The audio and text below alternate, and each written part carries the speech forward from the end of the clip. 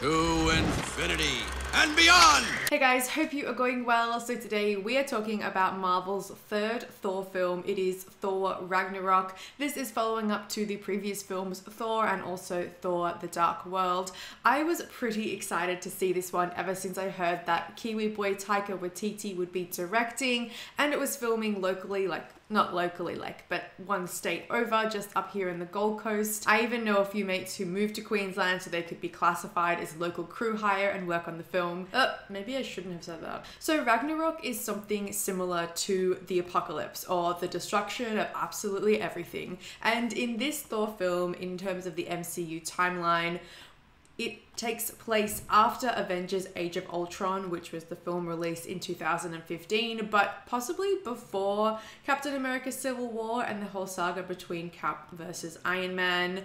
Thor was not a part of that film, so he was away off on his own adventure for a couple of years. In terms of the timeline, someone will correct me, I'm sure. When this movie opened with Chris Hemsworth sitting in a cage narrating his own prologue to a captive skeleton audience, I was like, oh yeah, this is gonna be a lot of cheeky good fun. From all the bright neon trailers and pre-movie marketing, we knew this film was going to be a step away from something like DCU's Dawn of Justice and something more similar in vein to Guardians of the Galaxy. So much yes. And this time around, Thor's nemesis is the delightfully callous Cate Blanchett as Hela, the goddess of death. And oh my goodness, Cate Blanchett, she can do no wrong. Even wearing this crazy spider antler headdress, she makes it work. Hela has escaped whatever dark power was holding her these past millennia and is set loose on Asgard, killing as she goes by producing these weapons from her arms. She just flings them out.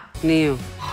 So cool. The best thing about Thor isn't the plot points that take Thor from here to there, from this world to the planet trash world ruled by the amazing Jeff Goldblum. What it is about this movie is the campy comedy and the gags that just sew the plot together so nicely. In a similar way to Guardians of the Galaxy, it just helps scale back the grandiose of the superhero and that idolization of the hero in a kind of more real and grounded way. The superhero isn't this superior otherworldly being, and that's something that I think Marvel nailed as well earlier this year with Tom Holland in Spider-Man Homecoming. Another great, solid Marvel movie. So many gags, and the comedy in Thor had me laughing out loud. There is one fully slapstick moment called Get Help. It was so on the nose funny. Hilarious. I'm not doing Get Help. The introduction of Tessa Thompson as Valkyrie was such a welcome addition to this crew. Thor and Hulk get some quality bromance time, as well as Thor and Bruce Banner, which I think is nice because Thor hasn't had that kind of bromance element before like some of the other Avenger characters have. And so I thought it was good. Thor deserves to have a BFF, and I felt like he found that in Hulk. And also as well, this movie does feature a fellow Avenger in Hulk, so they really had to fan service the Hulk storyline adequately, which I think they totally nailed. Now the million-dollar question is this my favorite Marvel movie ever? And look, for me it is not the best Marvel movie I've ever seen, but it's certainly a really great addition to Marvel's canon, and I feel like Marvel has just done a really great job again with bringing new energy to the Thor, a whole new tone and direction of a gamble that has 100% paid off. And Thor has gone from being one of my lesser favorite Avengers and superhero characters in general. I think he's one that I thought he was fine, but I didn't really super rate him, to now I'm like, yeah, okay, Thor. I mean, Chris Hemsworth, that's something different. Chris Hemsworth is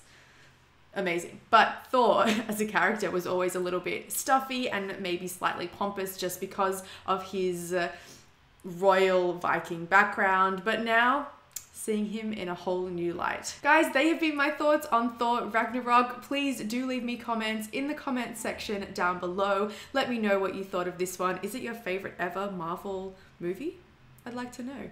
Don't forget you can also subscribe to my channel and keep up to date with all things movies and TV. Thank you so much for watching, and I'll see you guys next time. Bye.